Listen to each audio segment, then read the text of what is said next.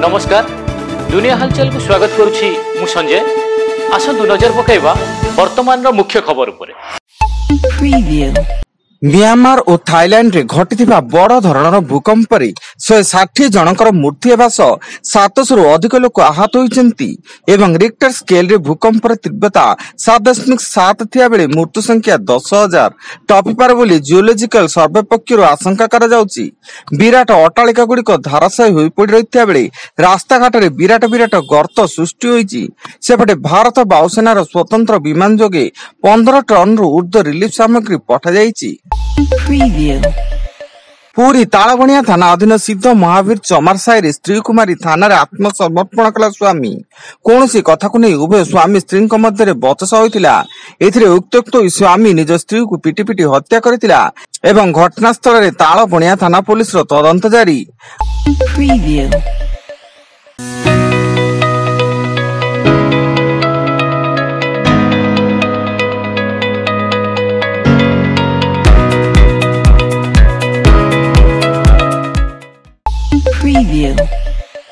गंजाम जिला पुलसर पुरस्तमपुर थाना अधीन सम्मा गाँव में पूर्व शत्रुता को केन्द्र कर जड़े व्यक्ति को संगबद्ध भाव हत्या। मृतक सिकुड़ा गाँव सुमंत महापात्र होता बेले खबर पाई पुलिस घटनास्थल पहुंची अधिक तदंत जारी रखी। आज अहमदाबाद नरेंद्र मोदी स्टेडियम रे इंडियन प्रीमियम लीग रो नवम मैच मुंबई इंडियंस और गुजरात टाइटन्स मध्य खेल। दुई दल प्रथम मैच रे पराजित होइतिबारु द्वितीय मैच रे जितबा पई उद्यम करिवे।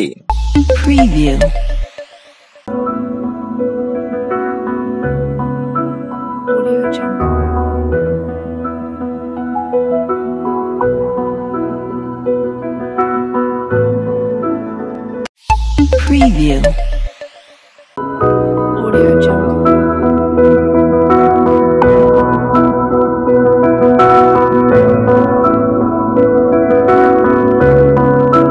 Audio Jungle.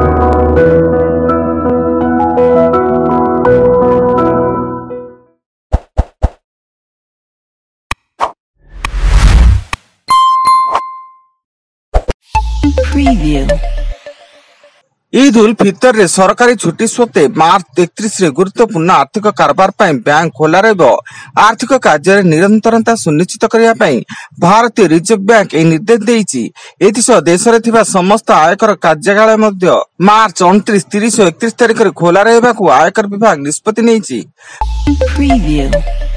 कटक जिला खुंटुणी थाना पुलिस एक जर्दा बोझे बोलर गाड़ी को जांच करी गाड़ी 37 बस्ता नकली जर्दा सह 22,23,700 टंका जबत करिछि एवं ए मामला रे दुई अभियुक्त सुशांत साहू और तार सहयोगी शिव प्रसाद बेहरा को अटक रखी पचराउचरा जारी करिछि पुलिस। गोलंदरा थाना अंतर्गत बाघलटी गांव स्थित एक फार्म हाउस परिसर में 4 जन युवकों को रक्ताक्त आक्रमण। यह घटना रे पुलिस दुई अभियुक्त को गिरफ्त कर कोर्ट चालना करता बेले गिरफ अभियुक्त मान हेले प्रताप चंद्र गौड़ और कान्नू गौड़ एवं घटना रे सामिल थिबा अन्य अभियुक्त मानन को धरबा पई पुलिस रो उद्यम जारी रहिछि।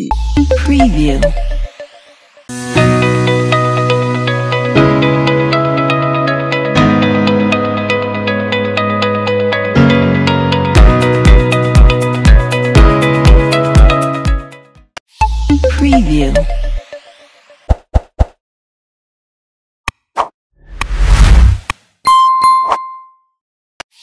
Preview.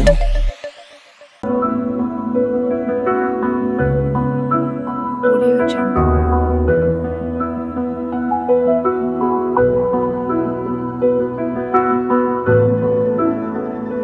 Audio Jungle. Preview. Malkangiri सीमांत छत्तीसगढ़ सुकमा जिला अंतर्गत केरलापाला जंगल रे पुलिस एवं नक्सल मध्य गुली विनिमय। यह गुली विनिमय रे 15 जन नक्सलंकर मृत्यु घटिता बेले 2 जन जवान आहत होइतिबा सूचना मिलिछि। विजिलेंस जाल रे ओडिशा जल जोगाण एवं sewerage board assistant project manager Debashish Sahu आय बहिर्भूत संपत्ति ठूल अभियोग रे विजिलेंस तांको बासभवन समेत खोर्धा भुवनेश्वर एवं कटक 7 स्थान रे चढ़ऊ जारी रखिछि।